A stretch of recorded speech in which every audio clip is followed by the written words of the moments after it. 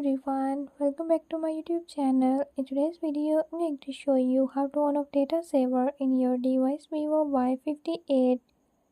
In this video, I'm going to show you how to do it.